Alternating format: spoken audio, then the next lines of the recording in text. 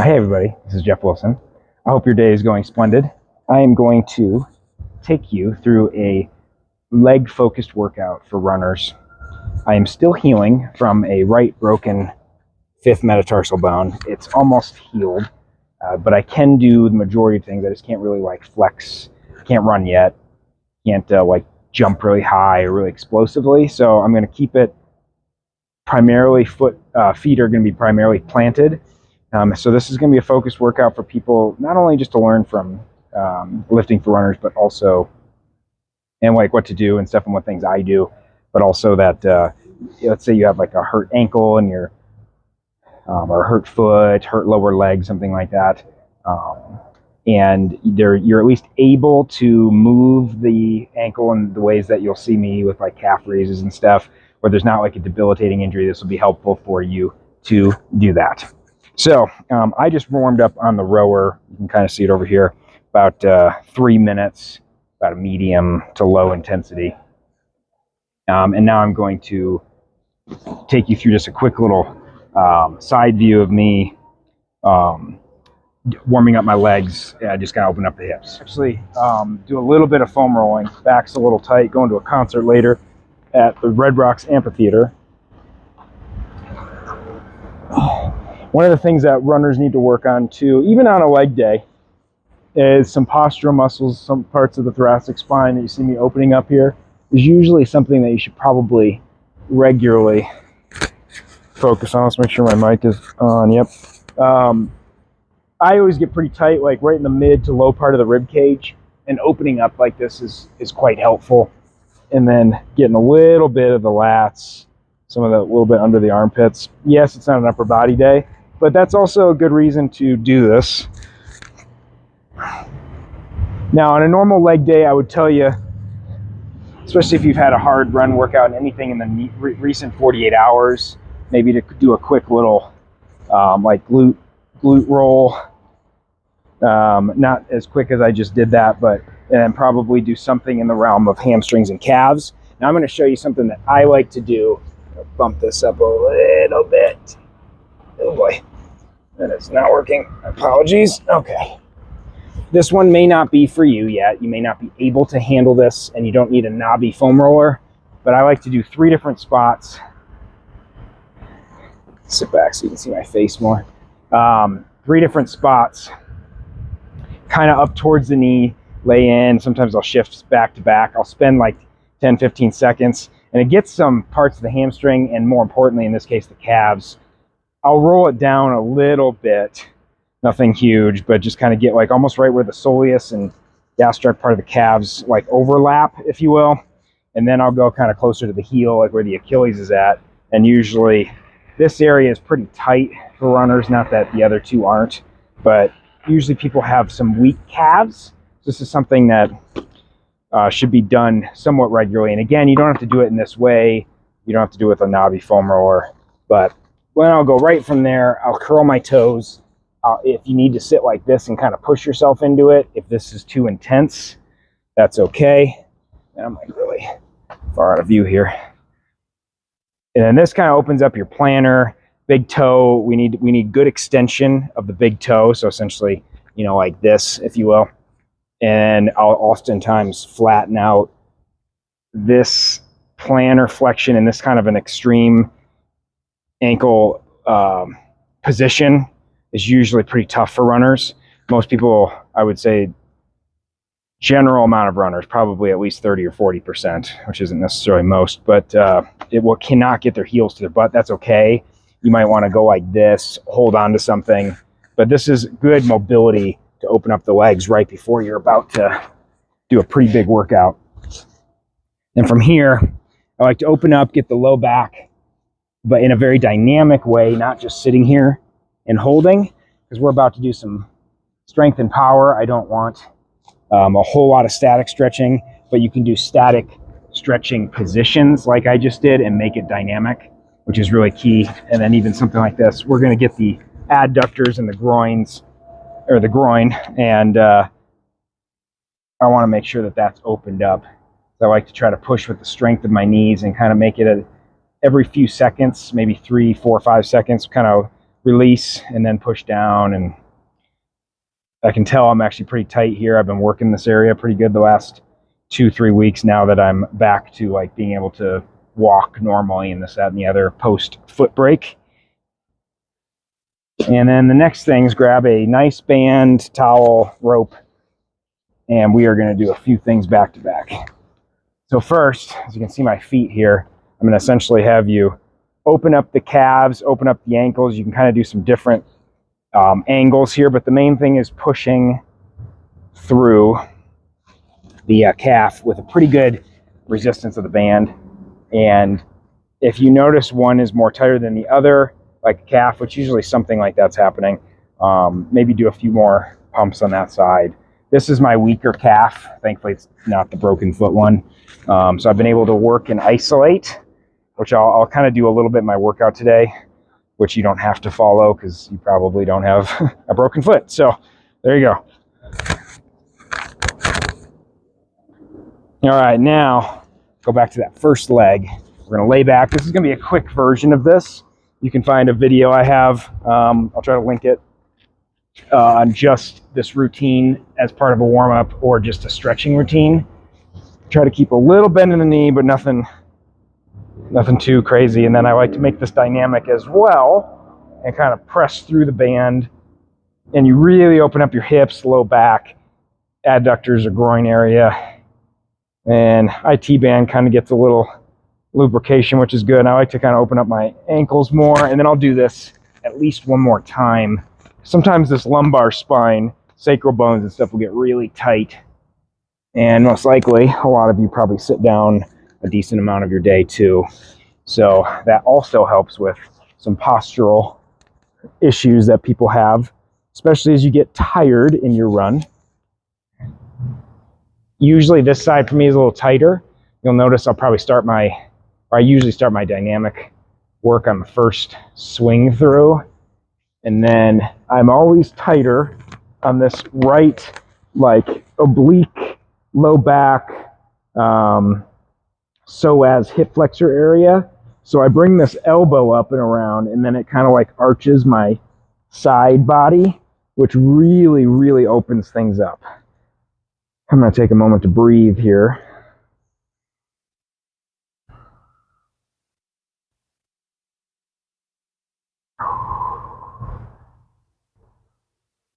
One more time to the other side, and then we'll just do a couple activations. Ooh, I got a little pop in the sacral bone there. That's key. Okay, now there's more that you can add, but as far as just activating, now that we've warmed up, opened up the joints, got the muscles moving, now we're just going to activate the main area of the body that we're going to be focusing on is the glutes.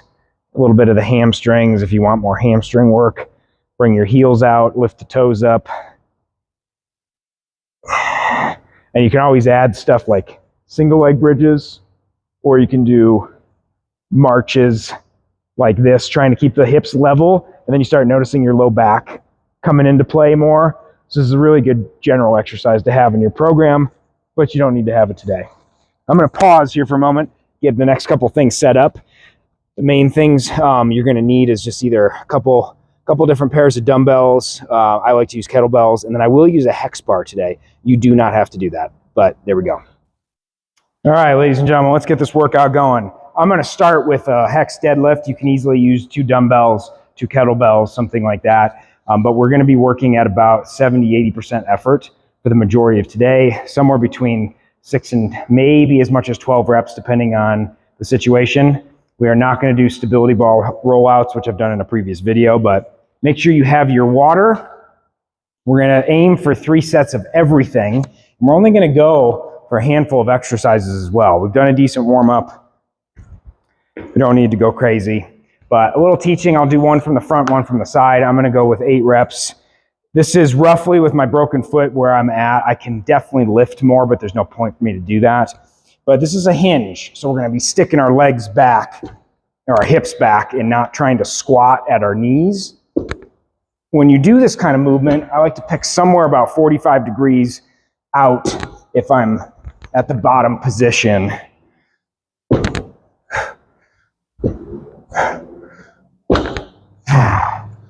There we go. That feels about right for where I'm at today. I can, like I said, I can do more, but there's no point to. Now, in between, we're gonna kind of do a lot of stuff as we are resting for about a minute. Some of the rest periods will be about 45 seconds. I'll do my best to make sure that you know that. Grab a medium to maybe a light size band.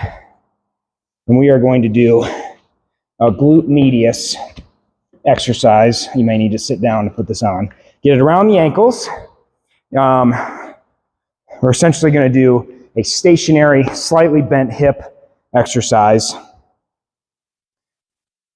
8 each leg. Try to keep this opposite leg nice and stationary so that you're getting also some stabilization work on this hip. Got one more. And go right into the next. Any type of single leg movement, you want to pay attention to what you're noticing in terms of differences between side and side, or between left and right side, front to back, if it's a rotational exercise as well. All right, very short break. That exercise for most people isn't going to be very hard with only 8 reps. So the rest periods are going to be kind of short. If I was to tell you to do this exercise by itself, especially with a hex bar or a barbell, I would tell you to wait at least 45 seconds in most cases, unless we're doing a really big muscular endurance type session. And but in this case, we're not doing a very invasive exercise. Sometimes doing upper body in between to lower body, upper body to lower body is a better choice. But we're at about 32 seconds here.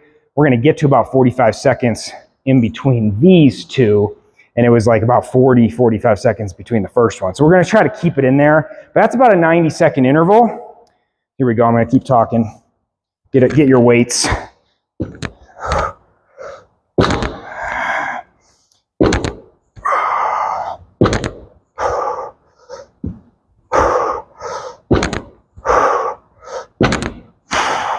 Good. Now we're going to take a short break here. To continue my last thought, a minute to a minute and a half is going to be typically where a normal rest period might be for a bigger exercise like this.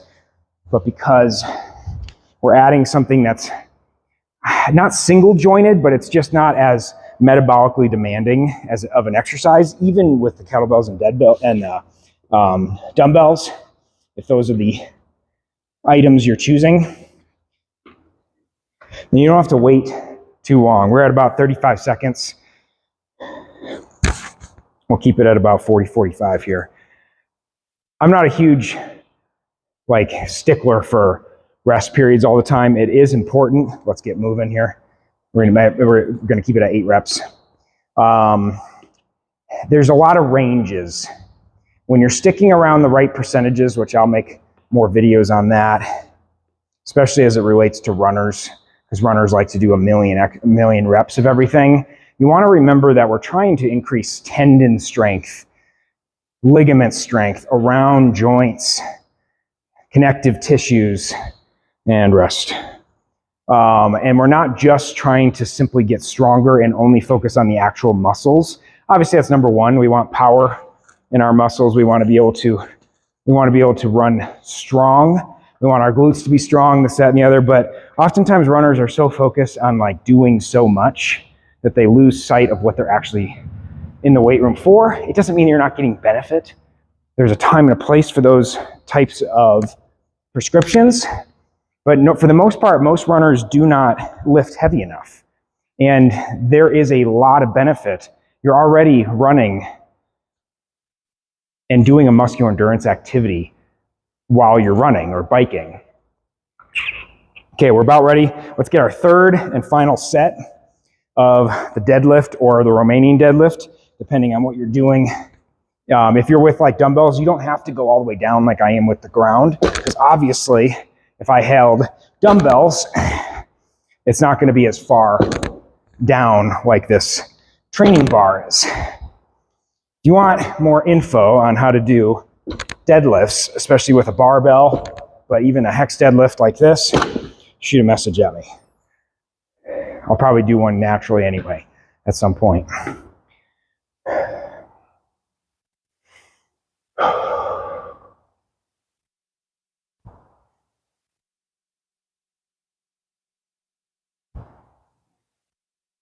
Okay, let's get our bands ready for our third and final set of our stationary kickbacks. Oh, and I apologize. This hinge, I'm going to show you really quick while you guys are resting. Here's the side view. Feet are right under the hips, toes pointed forward, and I am like kicking my hips back like this. I'm not squatting. It's not wrong, but that's just not what we're doing today, because we will get in a squat later. Okay, if your bands are ready, let's begin. Sorry, that was about a minute. You can see me a little bit further back here. Let's get out of the way of the weights. If you felt like the last couple sets were too easy, just kick a little further without shifting your body so far forward.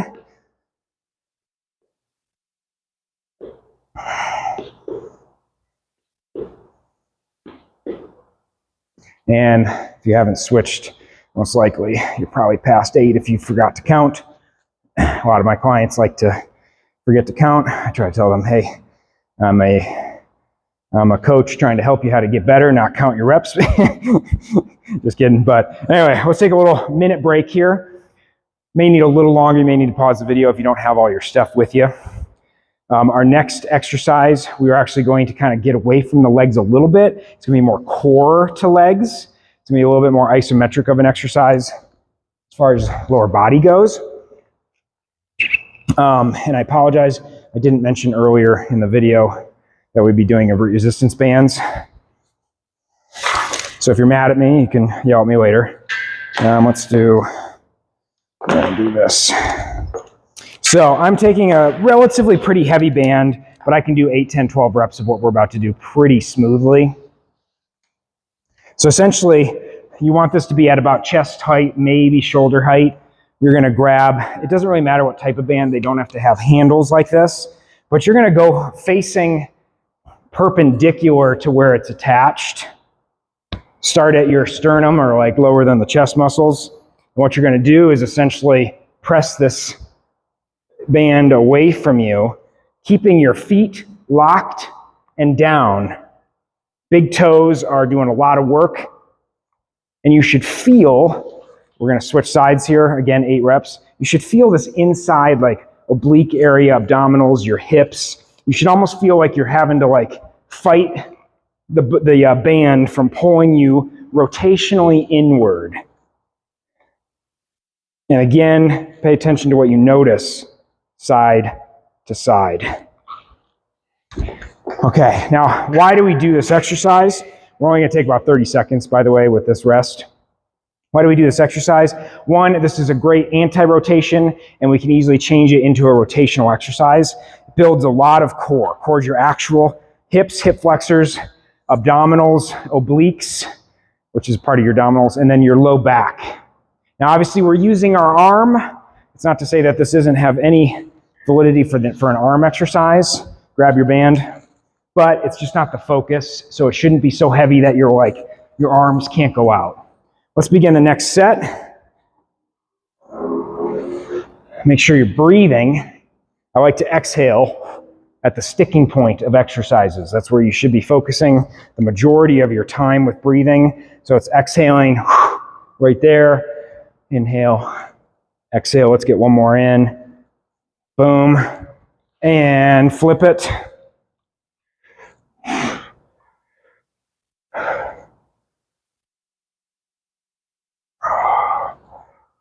It's also a great postural exercise. It forces your spine to stabilize.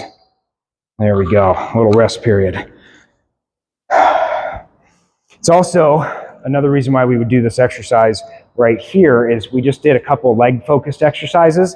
And although I mentioned, yes, we're working our feet and our hips especially a lot, but because it's more of an isometric leg movement, we're not spending a lot of energy in terms of like knee bend, ankle bend, flexing at certain joints. And you can take a lot of the heat up top with your upper body, which is part of the whole point of connecting upper and lower body. Let's start our third and final set.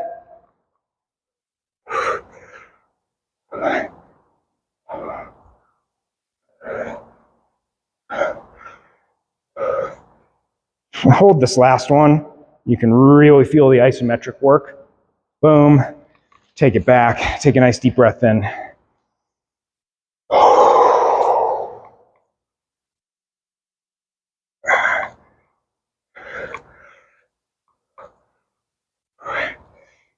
Last rep and hold.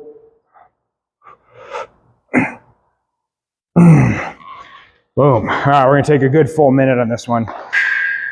You may need to practice that exercise a bit to understand where to go. I'll try to do a separate video just describing the exercise, but I'm a big proponent of it. I put it in a lot of my Instagram exercises, a couple of them 2-3 years ago.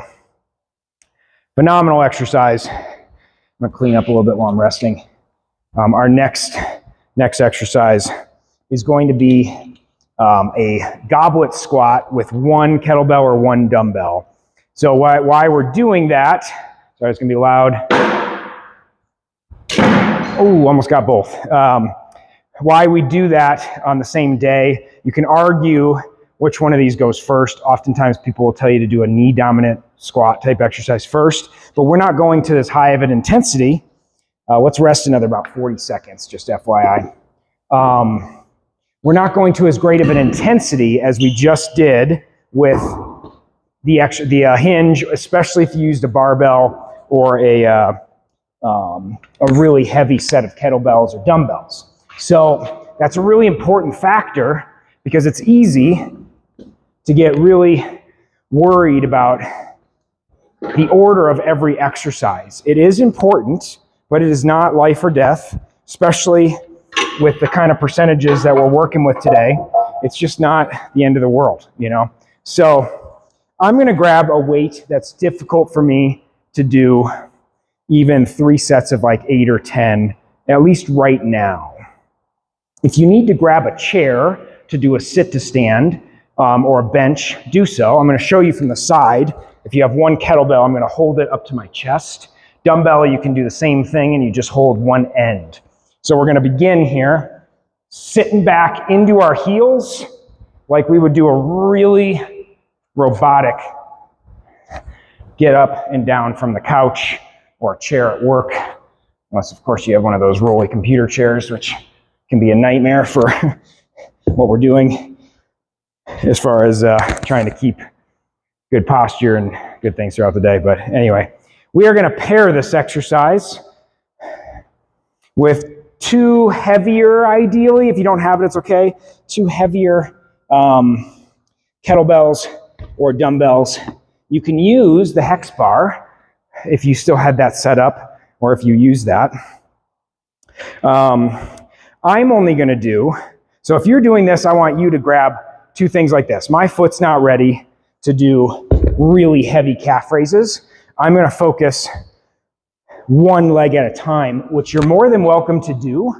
I'm going to keep the same kind of goblet squat position. I'm going to split my legs, the one that's working in front, and then I'm going to lift up like this. This allows me to keep my balance, kind of getting a little running stride too. It works my core a decent amount. We're going to go 12 of these. Bring it down. You don't want to go as quickly all the time as I just did. I'm doing this because we're in a big workout. If you want to pause the video when you're doing those, you're more than welcome to. This other version though, you're basically grabbing 2 heavy ones and you're going a normal calf raise or heel raise, as some people call it. And you're going more so at a pace such as this. I could even go a lot slower. This really helps the strength of your calves and your Achilles. A lot of plantar issues can be relieved by strengthening these the back parts of the legs. We got about 10 seconds and we're going to squat again. Take one more good deep breath. And let's get that watch going. Begin. I'm going to show you from the front here. See how my posture looks pretty even left and right. I'm like getting my knees kind of over the ankles. I don't have any of this going, which actually that just hurt. I'm strong strong with my squat. I'm not letting the knees pop in. You may need to put a band around your knees to kind of help facilitate pushing the knees out. When you do that, you put yourself in a better hip anatomical position, especially the ladies. And it works some of those same muscles that we were doing earlier with those kickbacks. Let's get the calves. Get set up however that makes sense for you. I did a lot of right calf work with my PT, Sean Rimmer, or one of my PTs.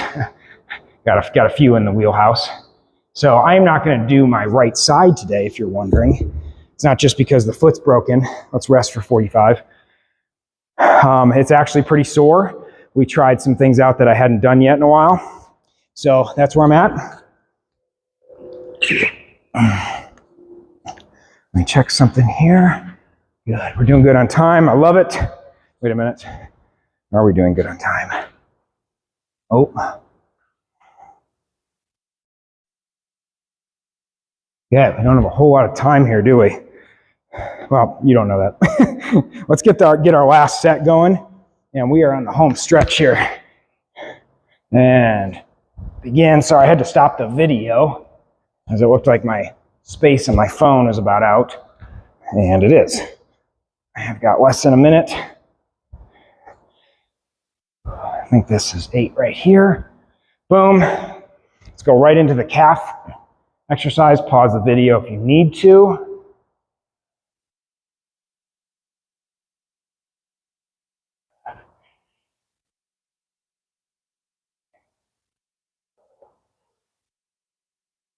Boom. A little rest period.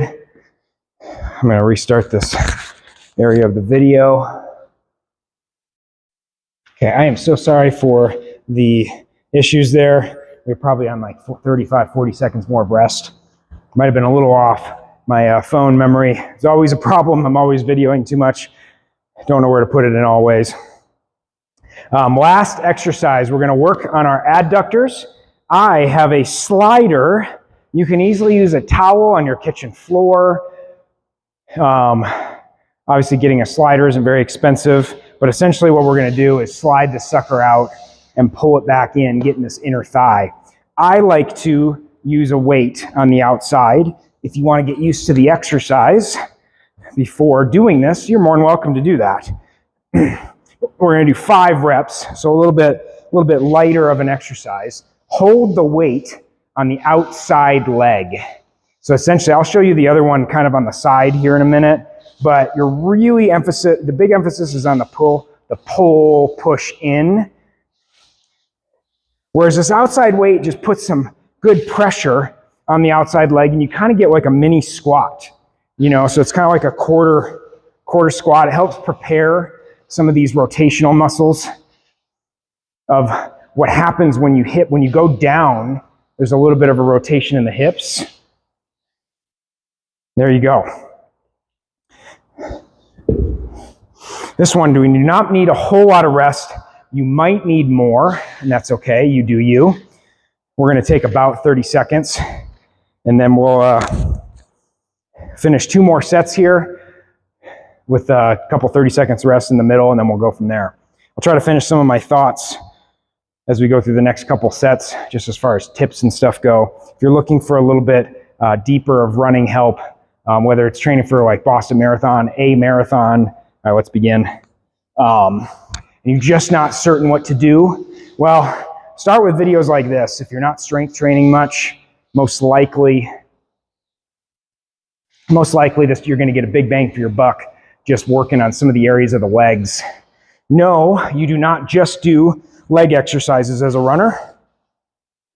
You should be doing a pretty considerable amount of upper and lower body, as well as working on some of the core muscles. If you've never done something like Pilates, which I will be posting some videos on that in the near future, Pilates basically works on your actual core, not just the abs. It's kind of this whole lower torso area, your low back, your hip flexors, and then even some of these like pelvic floor groin muscles and things like that completely overlooked in most strength conditioning programs, as well as just how much it impacts a runner. And let's begin our last set. Make this one a little bit more intentional. Grab a bigger weight if you need to. It's up to you. And there's rep 5. I went a little bit harder on the last couple reps there. Like I said, this one takes practice, but it's a great foundational exercise to work on some of the internal and external rotators of the hip. I'll do that. Those couple exercises in another video. But there you go. Thank you so much for watching. If you have any questions, please reach out. You can find my Resilient Runner Reset 12-week program. It's great foundational work on speed, strength, injury prevention. It is still to the end of this month. Right now it is September 11th. Till the end of this month is only $97. It's $200 off. That's a huge discount. I'll never do that again. And if you have any questions about that, reach out. Go to my website, totalbodyrunning.com. And happy running. Enjoy, get strong, enjoy the ride. Running is one of the most amazing things you'll ever do. Cheers.